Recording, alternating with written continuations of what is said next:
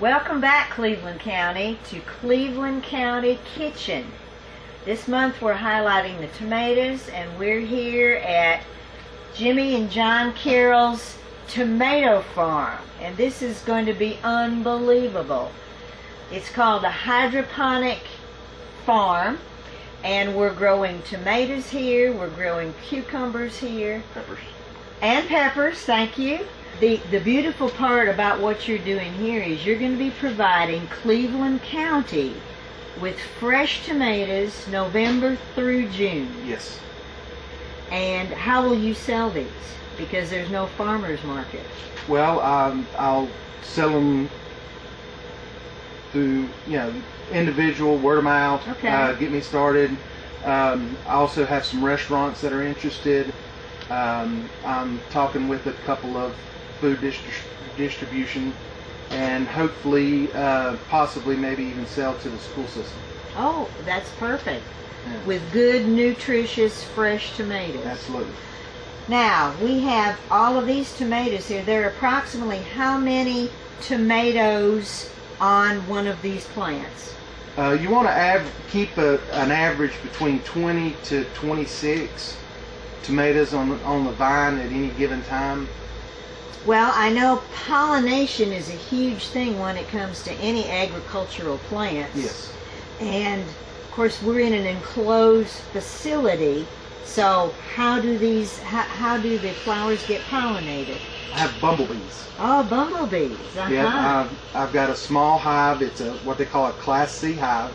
It'll do up to a 5,000 square foot greenhouse. Well, John, I'm really curious. You're growing tomatoes in November through June, coldest months of the year. Yes. How do you keep this place warm? Well, as you notice, I've got a cement floor in here. Uh-huh. Well, it's not just a cement floor, it's a heated cement floor. Oh. Right here is our manifold. Uh-huh. And it's got 8 circuits, what they call circuits. And the circuits run down through the greenhouse floor and heats the floor. And then I have an auxiliary heat up here that runs off the same system through hot water. It's a heat exchange. And what that does is it does my above ground heat when I need some extra heat, air heat. It has a couple of purposes. It also keeps the roots warm. I can see that. They're on the floor. They're on the floor. Uh-huh. The buckets are on the floor. At any given time, those buckets are anywhere between 70 and 75 degrees. So the roots stay nice and warm. Mm-hmm. Now, the roots are in these pots that are on the floor. Yes. And you have perlite. Yes, perlite. Which is a volcanic rock that's been crushed, that's been heated, and it explodes. It pops like popcorn. Mm-hmm. And it actually feels like popcorn is what these roots are growing in. Mm-hmm. And then you put your fertilizer and all in that as well? Well, we have a separate system that takes care of all the fertilization, and then it's distributed through this right here. These is my irrigation pipes. And I've got 2 zones. This is zone 1 and this is zone 2, and it's got actuators up here that opens and shuts by the computer. It's all computerized. Okay. And it'll water every 20 minutes. It waters for a minute. What we're going to do here is I've took and clipped the plants. Now they've got to be lowered and moved. We've trimmed our leaves off to get them in our range that we want them. So now we just take this spool and just take, and as we lower the plant, we just move the plant forward. And then this allows it to keep growing yes. up. And the foliage actually moves this way. And this is an every week thing that we do. It don't get done exactly the day it was supposed to get done, because we get behind very quickly. Thank you all for watching. I thank the Carrolls, John and Jimmy, for showing us their most phenomenal greenhouse and the potential for fresh vegetables year-round, grown under controlled, almost organic conditions, is just phenomenal. Stay tuned for our nutritional part of what's good about a tomato.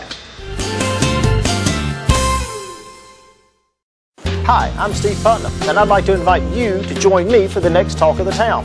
Each week I get to meet with some of the most interesting people in Cleveland County, and each show is packed with information you need to know to stay connected to our community. From promoting upcoming events to discussing local subjects that impact you, Talk of the Town has a little something for everyone. Plus, we're on every day, so it's easy to catch up with us. That's Talk of the Town, every day, every week, right here on C19 TV, Cleveland County's channel, only on Time Warner Cable. Overture, cut the lights.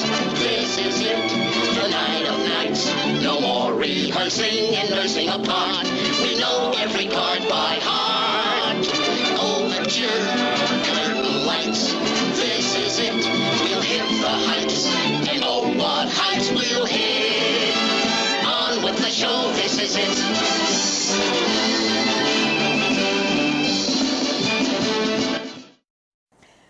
Welcome back, Cleveland County. We are here with Nancy Abasiekong, who is the Family and Consumer Sciences Cooperative Extension Agent. The topic this month is, as you've already seen, our tomatoes. And we're so excited to learn about the nutritional value and everything there is to know about a tomato. So Nancy, the first question, which I think everybody wants to know is the tomato a fruit or a vegetable?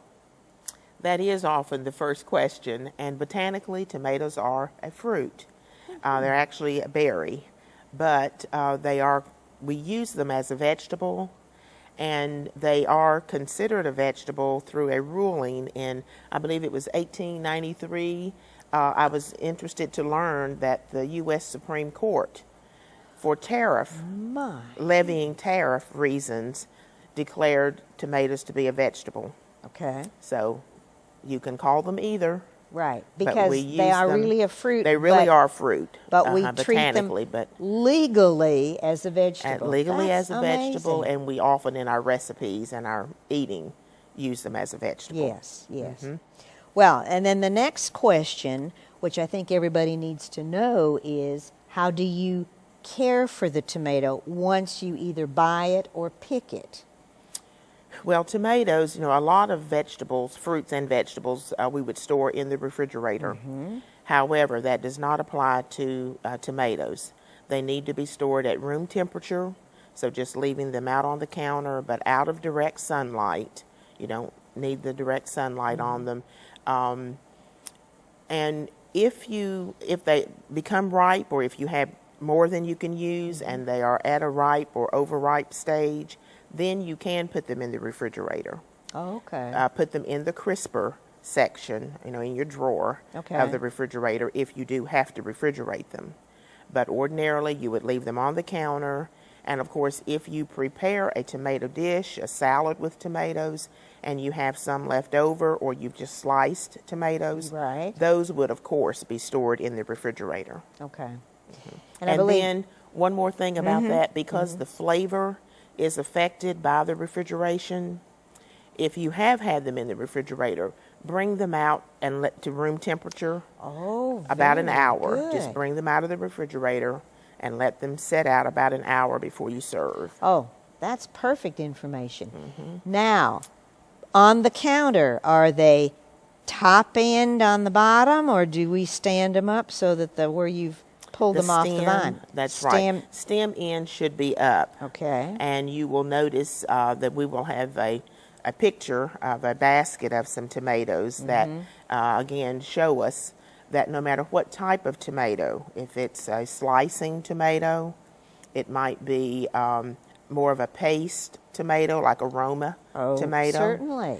Or even your grape tomatoes, cherry tomatoes, and of course those would just usually be in the container as in multiple ways. But storing if you bought them. If you bought them, but storing your tomatoes with the stem end up so that you don't bruise that part of the tomato. Oh, perfect information. Now, if we want to use the tomato without the skins, what is the approved way of getting those skins off? Well, in peeling the tomato, usually if someone is doing a tomato just, again, for a sandwich or something, or you're going to slice just one tomato and you need to peel it, you might just use a paring knife to peel it. But in peeling tomatoes and for canning or a quantity of tomatoes, use boiling water. Just have a container of boiling water, and you will immerse the tomato in maybe 30 seconds, Oh, okay. a minute, something like that, until the skin begins to crack or crinkle just a little bit, split. Then take it out, put it into your cold water, and then you're able to take it out of there, and the skin will slip right off. Right. And I would think, you know, if you were making a lot of tomato sandwiches, which we all love in the summertime, hot water, crackle the skin, immerse in cold water, then there's no cooking of the tomato. It still remains fresh. That's right. Yes, this does not cook the tomato. You Oh, don't that's- leave them in nearly that long. That's perfect. And we will have that information on the fact sheet that will be on the Cooperative Extension site. And I think maybe the chef. Oh, the chef is going to actually demonstrate for that us. to you viewers out there, so you'll know exactly how to do that. Well, now let's talk about all the good things that tomatoes do for us and what's contained in a tomato. Yes, we've talked about the nutrient density of foods before when we've talked here on our Cleveland County Kitchen, and tomatoes join the list of a very nutritious food.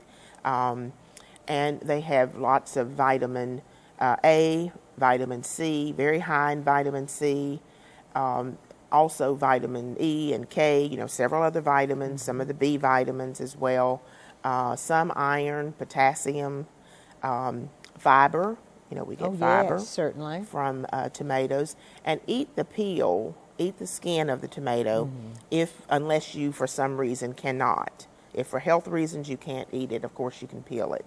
But otherwise, you have a lot of nutrition in the peel or the skin of the itself. tomato. So eating that entire fruit, you can eat it like an apple out of hand. Right. Or you can dice it, slice it, cook it, stew it, roast it, Yeah, kinds of exactly. ways. Such a versatile Very. vegetable or Right. fruit. Now, for canning purposes, I know sometimes you do demonstrations for canning different things. And a tomato, am I correct? A tomato is very easy to can because it's very acidic, so you don't have to really worry about, you know, if you do it properly, they will stay as canned tomatoes in a glass jar for a while. Well, tomatoes, the acid level in tomatoes has changed, and because there are so many different varieties, there are different acid levels.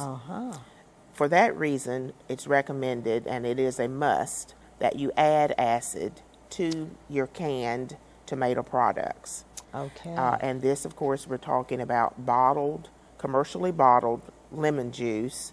So it would not be a Okay. lemon that you would cut and Right. squeeze the lemon juice, but it has to be commercially bottled lemon Okay. juice. Okay. Or you can use citric acid. And to a quart, you would add 2 tablespoons of the commercially bottled lemon juice, Okay. or 1/2 teaspoon of citric acid. Okay. And if it's a pint, then it's 1 tablespoon of the lemon juice and 1/4 teaspoon of the citric acid. And the citric acid, is that a powder? It is. A powder. It's a Okay. powder. All And right. you can, between times that you're using that, you can keep it in the freezer. Well, that takes care of our lovely tomato, Nancy. Thank you so much. And stay tuned, Cleveland County. We will be cooking our tomato in the kitchen. And remember, we now in Cleveland County will have tomatoes, fresh tomatoes, year-round, thanks to John Carroll. Like back in the old days of the country stores throughout Cleveland County, there was usually a group of old men sitting around discussing all the issues of the day, political, what's going on in the country, what's going on in the community. With this program, as we sit around and we talk like those men around the old potbelly stove and the viewers out there just sort of observing us, you might say, as somebody that walked in the store, and yet maybe that we catch their attention about an issue or discussion we're having, and hopefully it makes them better informed and more aware of what's happening in the community. Right here, right now, right here, right now.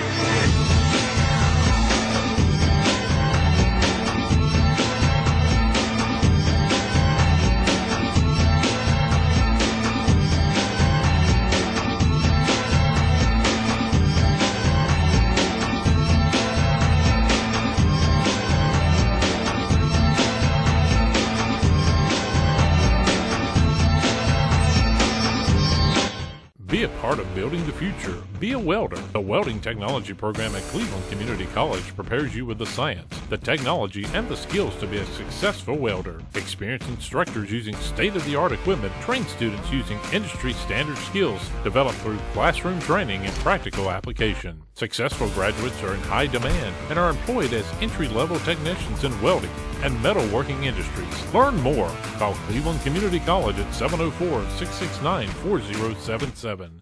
Welcome back, Cleveland County. As promised, we're now in the kitchen of the Life Enrichment Center.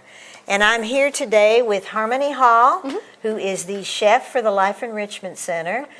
And she comes with quite a bit of experience. She was a chef at several restaurants in Charlotte and now is back here and is loving it. We will be starting today with tomato soup, and we'll go through the preparations for that. Actually, before we do that, we're going to be peeling a tomato. Nancy Abasier-Kong told us how to do it. Harmony's going to show us how to do it. That's right. Peeling tomatoes is very easy, and it doesn't take long at all. You take your fresh tomatoes. You want to score an X on the bottom of them, just a small, you don't want to go deep, and then take the center out here. You can use any knife you want. It doesn't have to be the biggest one in the drawer. Which I think you have today. I do, in fact. And you take this tomato, drop it in some boiling water. Now, you don't want to cook it. It only takes a second or two to heat the skins. And then as soon as you see on that X that you put on this tomato, you're going to see the skin start to lift away a little bit. As soon as you see that, maybe 30 seconds to a minute, you're going to take this tomato out, drop it into your ice water, because you don't want to cook it. You want to stop the process immediately. And as soon as you lift it out, you can see the skin just peels right off. Oh, perfect. Very simple, very easy. Yes. Which, this is very simple, very easy. And so you, from here, just quarter these and throw them in your pot, and we're going to make some tomato soup. So, to make your tomato soup, after you have peeled these tomatoes, just quarter them. Now, we don't have to seed them. You don't have to cut them into small pieces. It's going to get pureed. So, quarter your tomatoes, drop them in your pot. Now, after you drop them in this pot, you'll have a good stack going. You need some tomato juice for them to cook in. You don't want to cook in water, dilute the flavor. You've got some great tomatoes. Let's keep that great flavor. So we'll pour in some tomato juice just to cover the tomatoes. You don't want it to be too thin. You want a good hearty soup, good velvety soup. And I'm assuming that's a commercial tomato juice. It is. But if you have like a lot of tomatoes, you can make your own tomato juice and add that to your fresh tomatoes. If you have your own, by all means, use your own. So we'll have our tomatoes in this pot simmering for maybe 30 minutes at the most. Throw it in your food processor or your blender and get it to a nice thin consistency. Throw it back in this pot. When it's in your pot, bring the heat up. To finish the soup, it's going to be a nice creamy tomato basil soup. To finish it, we're going to throw a little bit of butter and a little bit of cream. But the trick is, after you throw in your butter and your cream, you can't boil your soup again. It'll separate. Of course. So what we want to do is heat the soup first, throw in the butter and the cream, and then it'll be heated through as much as you need to. Sprinkle in your basil, and we'll have a perfect plate. Okay, good, great. So this one already has the butter in it. We're going to add a little bit of cream. It's going to change the color just a little bit, but it'll be even more beautiful than it is now. And these recipes are all out in the newsletter, with Cooperative Extension's newsletter. So you will be able to get all the ingredients measured, and you're now actually seeing how all this is done. So we'll ladle this soup into our soup bowl. Now there are measurements on that recipe, but use as much cream or as much butter as you see fit. If you taste it and you think it needs maybe a little bit more, by all means. The richer the better, That's right? All right. And then, since you have basil in it anyway, use the pretty basil tops, or maybe just the shreds, to garnish up the top. Tomato Perfect. basil soup. Perfect. Well, now we're on to our tomato sauce. Yes. Marinara sauce is the key to the best simple pasta dish. Get your pasta ready, because this one's going to be quick. So, the key to the best marinara sauce is to caramelize your onions. Onions taste great, but once you cook them down and get the sweetness out, they're even better. So, caramelize your onions. It takes 5 to 8 minutes or so. And then at the end of the process, you don't want to throw your garlic in before. You definitely want to wait just a little bit, because you don't want to burn your garlic. If you do, there's nothing you can add to that dish that's going to take the flavor out. So, wait until after your onions are done to add your garlic. Now, I smashed mine because I don't want to peel it. Oh, no. That's great. It's faster that way. So mince up your garlic. And now I know why you have a big knife. You do.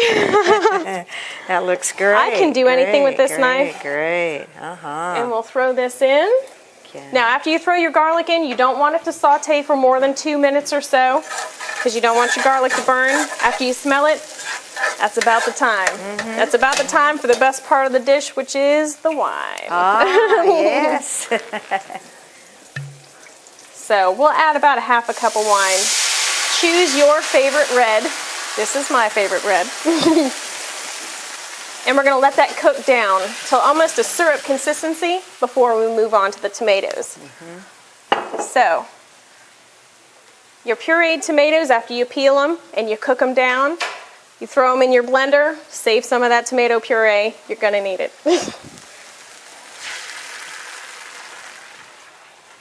We're going to season. So if you made a lot for the tomato soup, you can use this for the sauce as well. Prep once, cook twice, or like I say, cook twice, eat 3 times. Oh, perfect. The more you prep, the less work you have to do later. A little salt and pepper. Of course, fresh basil. Where would we be without fresh basil?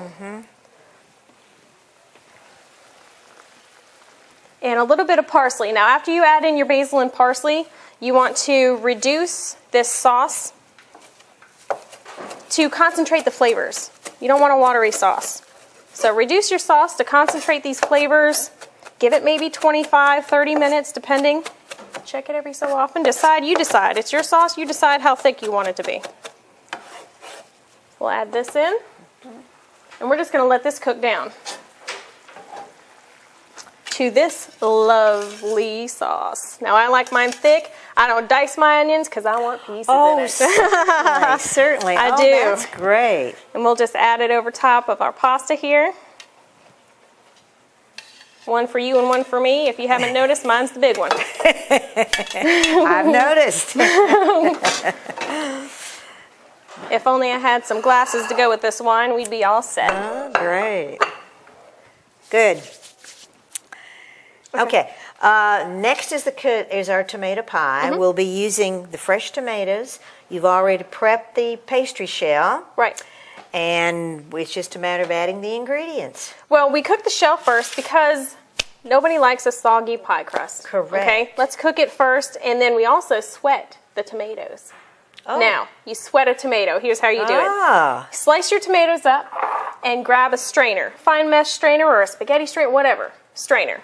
Line your tomatoes in that strainer, sprinkle them with salt, and salt is an extractor, it's gonna pull the liquid out. Okay, so you're not gonna get a soggy crust at the end. Oh. So these have already been sweat. Yes, yes, So we're fabulous. gonna line this with our tomatoes, and I got these beautiful red and yellow.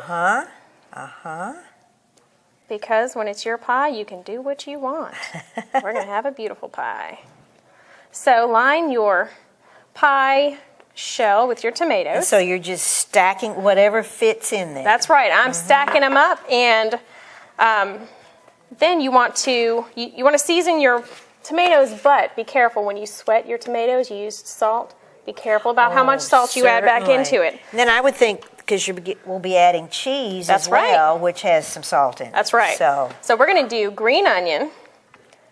Okay. Green onion on top of these tomatoes, and some fresh basil, because tomatoes are nothing without basil. Exactly. Unless they're on a sandwich, I'm going to have to say that. Okay. So here's your topping that goes on top of this beautiful pie, and it is a cup of cheddar cheese, a cup of mozzarella cheese, and a cup of mayo. Duke's mayonnaise. Duke's mayonnaise. We can absolutely give Duke's mayonnaise a plug. So we're going to just plop this on at first.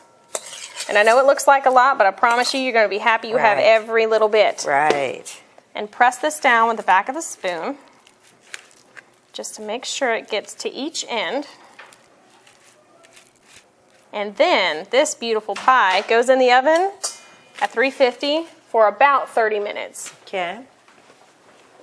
You want the top just to be bubbly and golden before you take it out. Oh, hot. And there it is. And here we have it. Now, we can't look at this pie without cutting into it and seeing what it looks like on the inside. And I brought you a fork. It's a big one. Oh, it is a big one. Let's see all those colors inside. Stretchy cheese. Oh, you are speaking my language. Ooh, fabulous. Enjoy. Perfect. And with a little garnish of basil. Always. We have a little extra. Oh, that's wonderful. Well, Cleveland County, I know you'll be ready for the tomato season, as will John Carroll with his fresh tomatoes. I want to thank you, Harmony, for offering your space. And I want everybody to know that you cook just like this for the clients that come here. Absolutely. So if you have any family member that would like to come over here, they will get a wonderful meal. Absolutely. Nutritionally dense meal. And we cook for approximately 120 every day, and we'd love to add you to us. Great. Thanks for watching Cleveland County. We'll be back next month with highlighting another produce that is originated here in Cleveland County. C19, we want to thank you for hosting the show. Well, I dropped out of high school because I was pregnant and I thought I knew everything. And now I realized I didn't. I wasn't comfortable mainly with me. And I decided to come back. I like the teachers, they're really nice. Well, I'm trying to get all my credits, and it will probably take me 9 months to a year, but I'll get it. The Learning Center, located on the campus of Cleveland Community College. Enroll now.